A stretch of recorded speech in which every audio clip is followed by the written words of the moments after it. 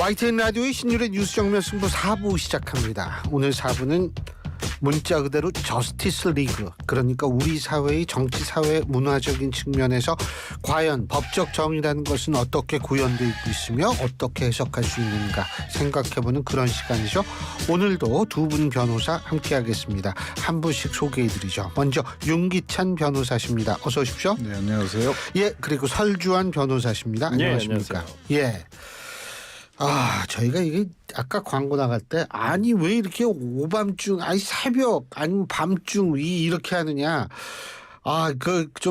무슨 일을 좀 낮에 하면 안 되는지 그런 얘기 했습니다만, 어쨌든 어제 새벽부터 시작해서 11시경에 이제 체포가 된 윤석열 대통령 10시간이 넘는 조사를 했다고는 하지만 이게 사실은 말이 조사지, 윤 대통령은 묵비권을 계속 행사했고 뭐 조서를 열람하거나 사인도 거부했다라고 지금 알려지고 있습니다.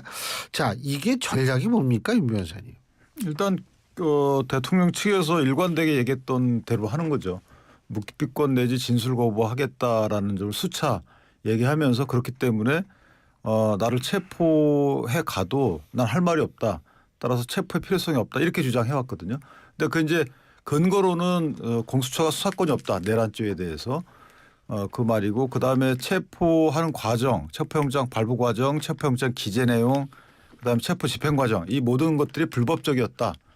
뭐 구체적인 설명은 제가 안 드리겠습니다만은 그런 취지의 주장을 하고 있고, 그의 법적 근거는 좀 있어요. 논박의 대상이 되고는 있지만 어쨌든 마냥 체포를 거부한 것도 아니고 또 마냥 진술 거부한 것도 아니고, 그다음에 공수처의 수사 그 질문 내용을 보면 개인적으로 공수처는 사실 풍부한 조사 자료를 갖고 있진 않아요. 네. 잠깐만요. 지금 윤석열 대통령 변호인단이 공수처장 등을 내란 혐의로 고발했다고 합니다. 이거부터 좀 말씀해 주시겠어요? 내란 혐의요. 예. 어쨌든 내란이라는 것은 제가 법률적으로 말하면, 예. 정치권에서는 내란이라는 단어를 요즘 너무 많이 쓰고 있는데, 법률적으로 말하면 뭐 국토를 참전하거나 이거는 이제 없는 것 같고요. 빼고, 그다음에 이제 헌법기관의 권능 행사를 불가능하게 하는 경우, 예를 들면 국회 권능 행사를 불가능하게 하거나 또는 대통령실 경호처의 권능 행사를 불가능하게 하거나, 이런 것들을 저희가 이제 내란이라고 합니다. 폭동이라는 것은 위협력의 행사. 그렇다면 이제 아마 공수처장 등은 경찰 등을 동원해서 대통령 및 경호처의 권능 행사를 불가능하게 했다라는 법리 구성을 했던 것 같아요. 그런데 어쨌든 사실 공수처의 체포영장 집행 과정은 제가 보기에도 이례적일 뿐만 아니고 문제는 있어 보여요. 왜냐하면 공수처가 체포영장을 갖고 들어가는 거 과정에서 일단 처음에 허락받는 과정에서 사실은 이제 55 경비단이요. 그렇죠. 55 경비단이 단독 허락권이 없고, 55 경비단은 공수처에 배속된 거거든요. 배속이라 하면 이제 작전권 등이 공수처장에 있는 거예요. 경호처에 배속된. 예. 예. 공수처가 아니라. 현재는 그 수방사에 되지만 예. 배속이 공수처되어 있기 때문에 공수처장이 경호처요. 경호처. 공수처가 아니잖아요. 경호처, 예. 공수처가 입에 배셨어요. 공수처에 불만이 많나 봅니다. 그렇기 때문에 사실 그 55 경비단장이 독단적으로 출입 여부를 승인할 권한이 없다, 이런 것 같아요. 그런데도 불구하고 50 경비단장의 승인을 얻는 과정도 문제지만, 나 혼자의 승인 갖고는 출입 허락이 안 된다라고 분명히 공문으로 밝혔음에도 불구하고 그냥 갖고 들어간 거잖아요. 이제 그런데 문제가 있다라는 부분이고, 또 하나는 경찰을 500명을 파견받았어요. 공수처가 하루 파견. 예. 그러면 이게 과연 가능한 것인지. 공수처 인력이 완티오로 돼도 65명인가요? 그렇죠? 수사관 40명에 검사 25명. 그런데 500명을 경찰에서 파견받아 가지고 집행에 동원하는 것이 이게 합법이냐. 저희가 보통 이제 파견을 받으려면 행정부, 행안부에 승인을 얻거나 예. 그래야 되는데 그런 절차 없이 그냥 파견받아 가지고 자기네끼리 파견하고 파견 주고받고 한 거예요. 이게 가능한 일이냐. 왜냐하면 경찰이 분명히 그런 말을 했잖아요. 처음에 집행유임을 했을 때 이게 집행유임은 불가능하다. 그리고 법리상 공수처 검사의 지휘를 받지 않는다. 그럼에도 불구하고 파견을 500명을 해가지고 동원해서 했단 말이에요. 이게 가능한 것이냐에 대한 문제제기 차원에서 아마 저런 고발을 하지 않았나 생각합니다. 어떻게 보세요? 내란죄 고발.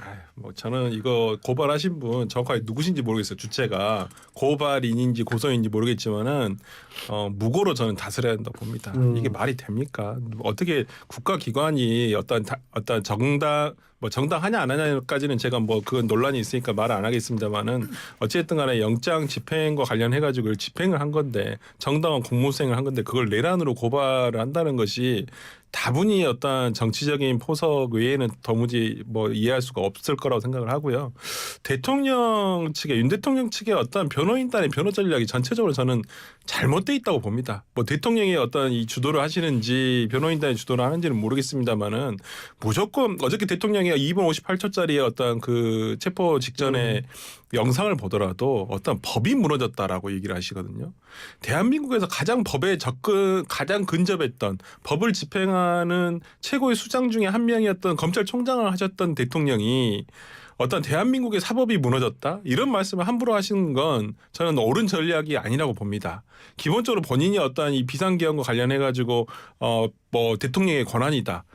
대통령의 권한으로 행사를 한 거다. 근데 요건이 자기는 맞았다고 생각을 한다. 이렇게 주장을 할 수는 있어요. 그게 받아들여지든 안 받아들여지든. 근데 법이 무너졌다. 사법체계가 뭐 이게 뭐 근간이 없어졌다. 그러면 그 근간을 없앤 많은 국민들은 아마 이러한 법의 근간을 훼손하고 어떤 법치주의를 무너뜨렸다고 생각하는 걸 지금의 사법부라든지 경찰이라든지 공수처라고 생각을 할까요? 아니면 윤 대통령의 비상계엄이라고 생각을 할까요?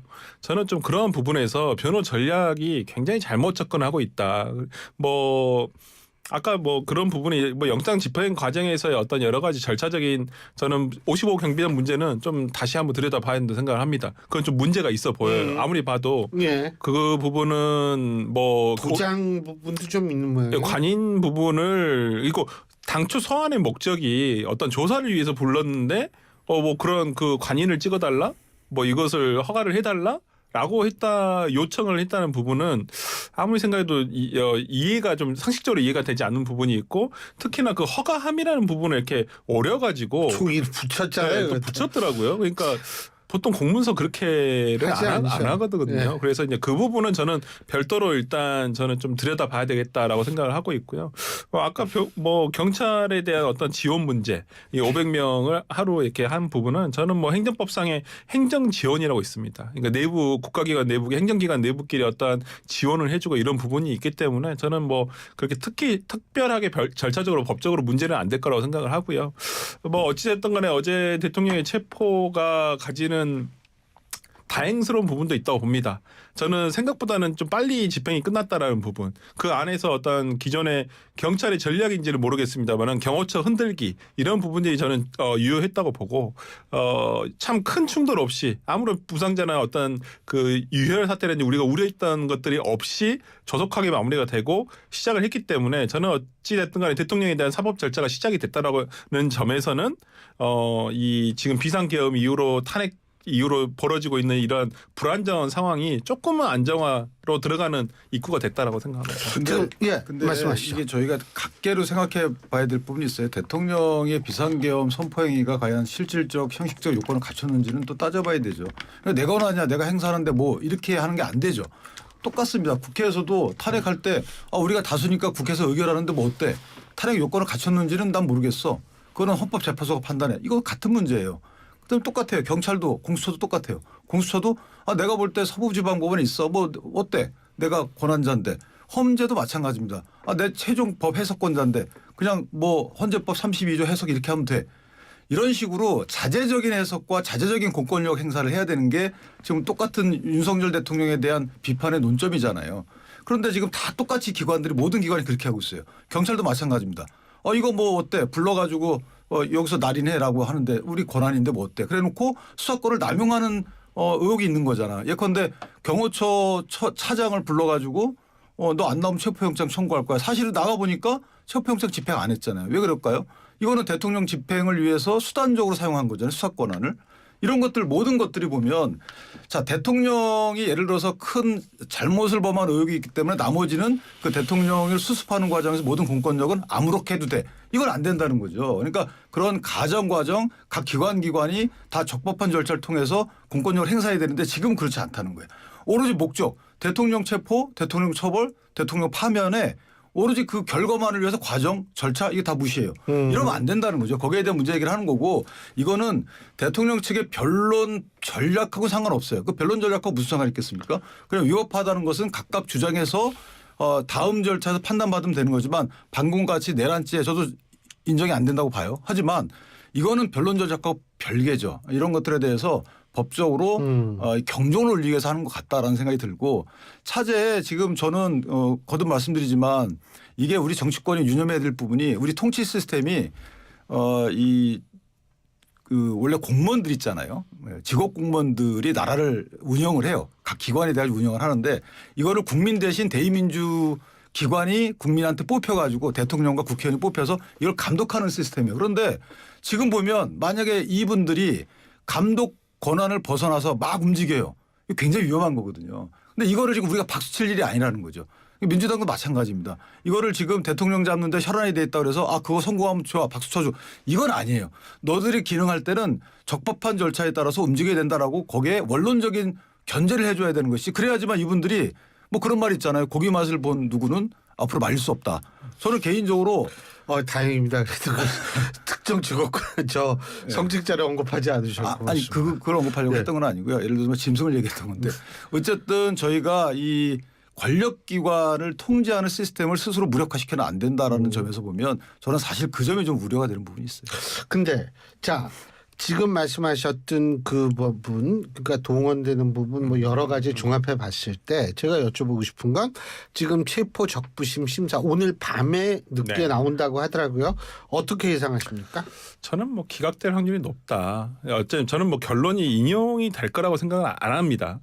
다만 어떠한 결론이 나오더라도 대통령 측에서 수용을 해야 한다고 생각을 하고요. 그리고 이번 결론이 상당히 중요하다고 저는 봅니다. 왜 그러냐면 지금까지 계속 대통령 측에서 서부지방법원에서 발부받은 어떤 관할 문제라든지 그다음에 수사권 문제라든지 이런 부분을 계속 제기를 했었거든요. 저는 오늘 중앙지법원에서 차라리 이 부분 좀 정리를 해줬으면 좋겠어요. 그래서 중앙지법에서도 이 부분 별로 문제가 없다고 생각을 한다라고 한다면 대통령 측에서도 이건 중앙지법 일부러 넣은 거잖아요. 서부지방법에다 적부심 참고 안 하고 그렇다고 한다면 이 결론에 대해서는 더 이상 왈가왈부하고 하지 말아라. 직인 문제는 직인 문제를 그러니까 저는 그걸 어떤 양면에 보는데 아마 대통령 측에서 볼 때는 이건 중요한 문제다라고 생각할 거예요. 왜냐하면 체포영장의 집행 과정에서 불법이 개입을 했다. 그렇기 때문에 체포영장의 어떤 집행 과정에서 전체적으로 다 불법이다라고 주장을 하겠지만 그걸 이제 방어하는 수사기관 입장에서는 저는 그렇게 이것과 이것은 별개의 문제다라고 볼 거예요. 어제 우리가 봤다시피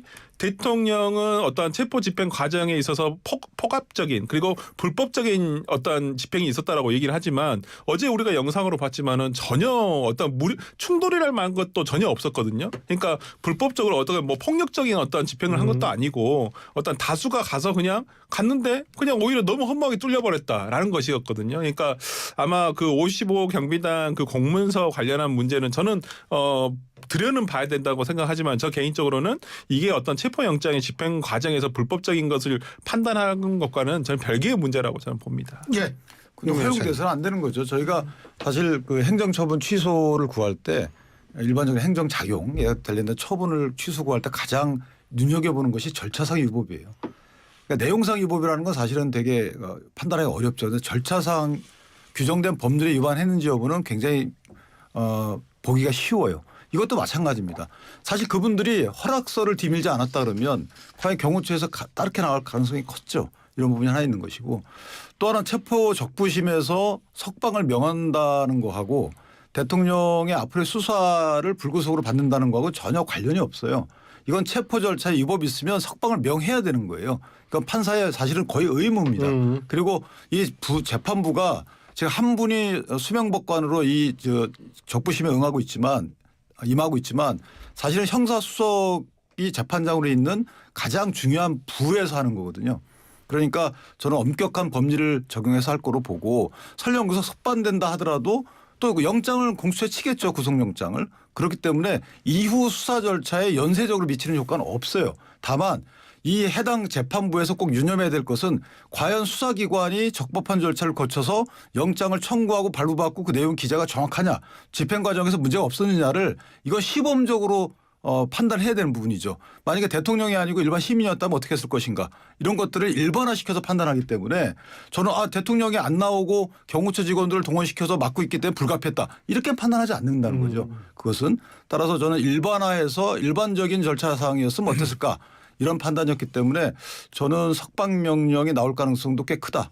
아니 근데 일반적으로 뭐 변호사님도 많이 소송을 업무를 많이 하셨겠지만 어떤 적부심이나 이런 걸 청구를 할 때 발부된 법원 외에 다른 법원에 청구하신 적이 있나요? 저도 없었고 제 주변에서도 한 번도 이런 적은 없었거든요. 근데 문제가 뭐가 되냐면요. 만약에 예를 들어서 광주에서 이제 범죄지가 광주예요. 근데 이 사람이 주소지가 부산이란 말이에요. 그러면 예를 들어서 광주에서 발부된 체포영장이나 구속영장을 가지고 집행이 됐는데 거기에 대한 적부심을 이 사람의 주소지인 관할이라고 해서 부산에다 청구할 수는 없잖아요. 그럼 앞으로 이 법원에서 어떤 이러한 부분 관련해서 꼭 대통령뿐만 아니라 일반적인 사건에도 방금 말씀하신 대로 적용이 된다고 한다면 그러면 이런 것들을 계속 그 적부심 때문에 다른 법원에다 관할이 공통되는 아니면 관할이 다 있는 법원인데 A라는 법원, B라는 법원 이런 식으로 선택적으로 하게 된다면 그 재판 실무는 어떻게 해야 되나요? 그러면 이 기록을 또 줘야 되는 시간이 있고 그 시간 안에는 또 이 예를 들어서 체포영장 같은 경우는 시간이 중단이 되고 그런 면이 있는데 저는 그런 부분에서라면 모르겠습니다. 일단 저는 서울중앙지법에서 판단을 잘 할 거라고 생각을 하는데 저는 그런 부분에서 이런 재판 실무적인 부분도 아마 가만히 되지 않을까. 그래서 오히려 판단을 하지 않고 서부지방법원으로 보내버릴 수도 있겠다라는 생각도 해요. 저는. 근데 그래도 관할 위반이 아니기 때문에 거기 보면 그 그렇죠. 관할법원에 청구한다 돼 있어요. 관할법원은 관할법원이죠. 그러니까 그 공수처에서 한 논리에 따르더라도 관할법원 여러 개 중에 자기는 하나에 신청했다는 거니까 그렇죠. 이거를 관할 위반 주장을 할 리는 없고 또 하나는 공수처가 그런 주장 하잖아요. 통상 내가 체포영장을 신청한데 구속영장도 신청한다. 통상 그런 거잖아요. 그런데 공수처는 통상의 그 예를 지키지 않았어요. 통상 중앙지방법원에 신청해 왔는데 유독 이것만큼은 가끔 갑자기 뜬금없이 서부지방법원에 신청했잖아요.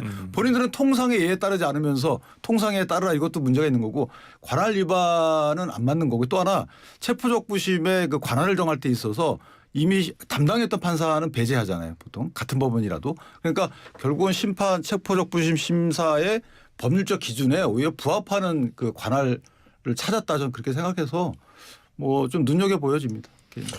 근데 아니 공수처가 참 특이한 조직인 것 같더라고요. 아주 특이하죠. 저는 공수처는 민주당이 만들었기 때문에 저는 나중에 민주당이 없앨 거다 그렇게 생각을 합니다. 왜냐하면 지금 조금 공수처가 이번 사건을 계기로 해서 상당히 불안감을 많이 보여줬어요. 이 정치권에도 마찬가지고 그리고 이제 공수처가 지금 수사 대상을 보통 이제 그 고위직이라든지 정치인에 대한 수사를 주로 하지 않겠습니까? 그렇다고 한다면 뭐 민주당이 나중에 이제 정권을 많이 잡게 된다면 민주당이 없애겠죠. 저는 그렇게 생각합니다. 수사도 뭐 아무나 할 수 있는 건 아니라는 사실을 이번에 전 아주 여실히 그러니까 역량이 쌓여야 돼요. 경험과 역량이 쌓여야 되는데. 근데 저는 공수처가 좀 이제 그 열심히는 하고 있는데 처음부터 이제 너무 뭐랄까 수사의 그 임한 속도 자체가 늦었거든요. 그럼에도 불구하고 본인들이 하겠다고 다 2,000명령을 내렸잖아요. 2,600명 했기 때문에 그 부분이 잘못됐다고 봐요. 지금 보시면 그 대통령에 대한 신문 조서도 신문 사항도 경찰로부터 받았다는 거잖아요. 일정 부분은. 왜냐하면 본인들이 이 신문 사항을 작성할 수 있는 자료가 없어요.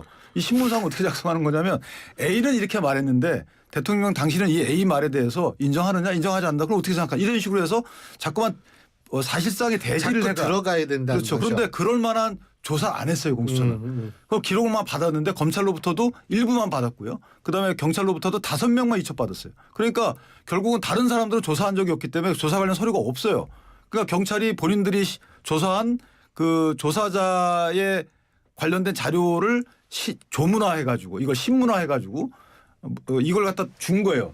그걸 갖다 공수처에서 대통령이 물은 거거든요. 그러니까 이게 뭔가 이상한 거죠. 뭔가. 그러니까 저는 개인적인 생각은 지금 만약 구속영장이 발부가 된다라는 전제하에서 영장을 청구했을 때 구속영장을 청구해서 발부가 된다는 전제하에서는 지금 합의된 것은 공수처 10일 구속기간 총 20일에서 공수처 10일 검찰 20일. 검찰 10일 10일에요? 네, 이렇게 나누기로 했거든요. 아. 이것을 왜냐하면 그렇게 원래는 검찰 단계가 20일인데 20일이잖아요. 공수처에서 그걸 이첩을 받으면서 이 부분을 10일씩 나누자라고 합의를 했었어요.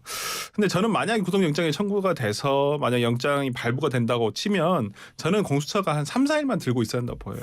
이 3, 4일만 들고 있다가 나머지 한 보름 정도는 검찰로 가서 왜냐면 검찰에 더 자료가 훨씬 많습니다. 왜냐하면 관련자들 지금 뭐 군대에서 관련한 장군들부터 무슨 대령까지 그다음에 뭐 경찰청장 그다음에 서울청장 다 이 조사가 구속 기소가 전부 다 검찰에서 됐어요. 그렇다고 한다면 그 검찰의 자료가 훨씬 많을 거란 말이에요. 그러면 아까 말씀하신 대로 여러 사람의 진술을 바탕으로 한 어떤 그 진위 여부를 물어볼 때 더 꼼꼼하게 물어볼 거란 말이죠. 그러면 그렇다고 한다면 오히려 대통령께서도 진짜 묵비권을 처음부터 끝까지 행사하지 않는다면 분명히 진술을 하게끔 될 수밖에 없을 것이다. 저는 그렇게 생각합니다. 설 변호사님 이거 근데 그 영장 치겠죠?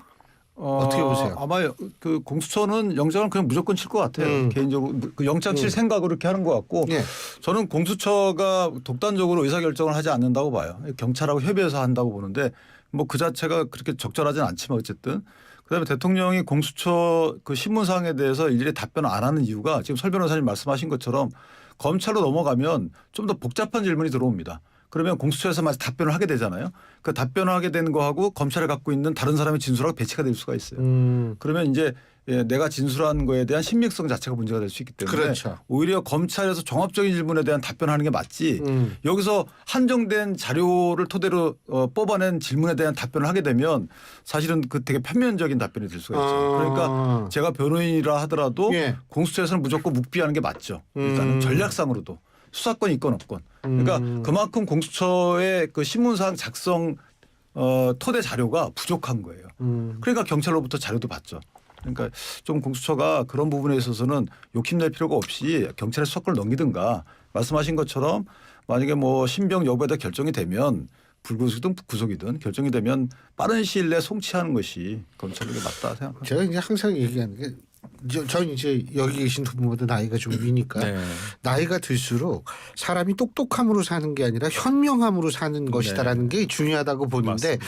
지금 공수처의 모습이 똑똑함일까요? 현명함일까요? 저는 이거는 온 국민이 이미 다 결론을 내리지 않았을까 이런 생각을 좀 하게 아니, 저는 돼요. 그런 생각도 들더라고요. 차라리 경찰에서 만약에 이 수사권이 있는 경찰에서 시작을 했다라고 한다면 경찰 단계에서 영장이 발부가 되면요. 경찰 단계에서 구속기간이 10일이고요. 검찰에서 20일을 할 수가 있어요. 그러면 오히려 더 좀 충실한 수사가 될 수도 있지 않았을까.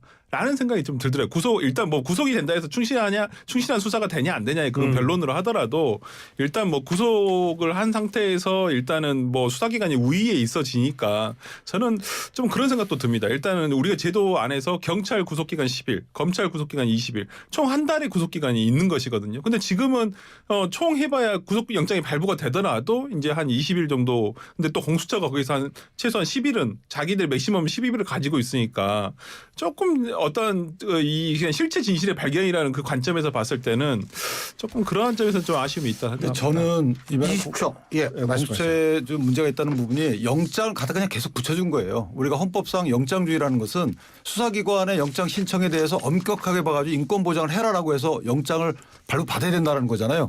근데 검찰에 신청하면 영장이 기각될 우려가 있으니까 경찰이 공수처 쪽으로 통한 거죠. 근데 공수처는 그걸 규율하지 않고 예. 다 발부해 주는 거예요.